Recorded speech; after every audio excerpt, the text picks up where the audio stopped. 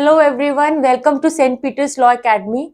And today we are going to discuss a case, Municipal Corporation of Delhi versus Subhagwanti 1966.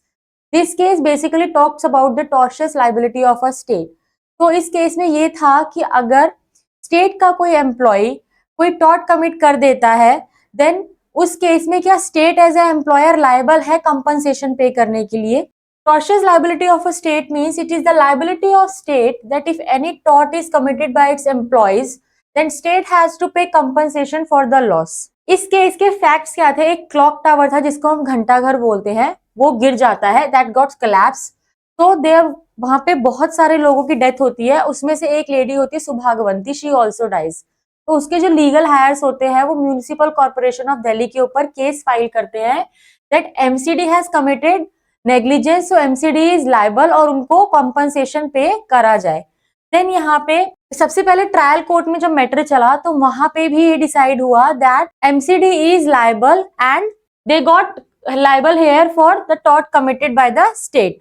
तो यहाँ पे MCD को liable करा गया. उसके बाद municipal corporation of Delhi went to high court for appeal.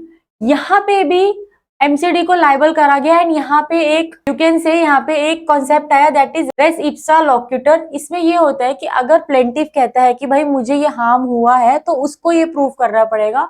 But in this case respondent that was MCD, they were saying कि हमने ऐसा कोई नेग्लिजेंट एक्ट नहीं करा है. तो इस केस में ये कहा गया कि आप प्रूव करो. मतलब बेसिकली पेटिशनर को प्रूव करना होता है, प्लेंटिफ को प्रूव करना होता है कि उसको ये लॉस हुआ. बट इस केस में इट वाज लाइक कि रिस्पोंडेंट हु वाज एमसीडी उसे प्रूव करना था कि हमारी तरफ से कोई नेग्लिजेंट नहीं हुआ है. तो रेस एस्पिशल लोक्यूटर इज जब परिस्थितियां अपने आप में ही बताती है कि हाँ ये जो चीज है ये एक्चुअल में हुई थी. तो यहाँ पे एक इंजीनियर से ओवरव्यू करवाया गया बिल्डिंग का एंड इट वाज फाउंड कि यस क्लॉक टावर जो था उसकी जो लाइफ होती है, हर बिल्डिंग की एक लाइफ होती है एंड उस क्लॉक टावर की जो लाइफ थी वो एक्सीड हो गई थी, जिसकी वजह से उसको एक रिपेयर की जरूरत थी और उसे रिपेयर नहीं मिला, जिस वजह से इट गॉट कोलैप्स्ड.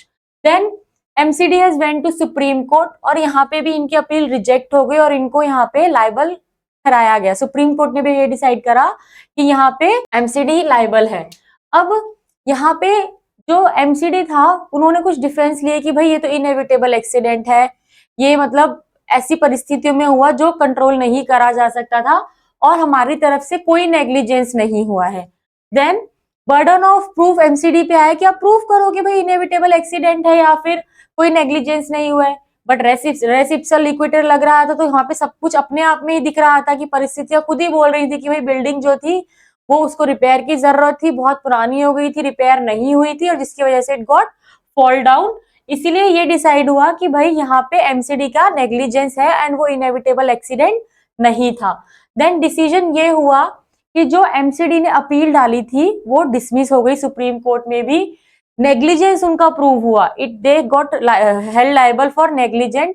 एमसीडी को लायबल ठहराया गया कि वो नेग्लिजेंट है, इसलिए they have been ordered to pay compensation to the heirs of Subhagwanti. So this case is basically about the tortious liability of state, जिसमें ये कहा गया कि अगर एक एम्प्लॉई अपनी ड्यूरेशन टाइम पे, अपनी सर्विस टाइम पे कोई नेग्लिजेंस कमिट करता है और जिसकी वजह से किसी को लॉस होता है, देन एम्प्लॉयर जो कि स्टेट है उस केस में एम्प्लॉयर की लाइबिलिटी बन जाती है कि वो कंपनसेशन पे करे. तो ऐसे ही और वीडियोस के लिए और इंटरेस्टिंग लीगल वीडियोस के लिए डू सब्सक्राइब.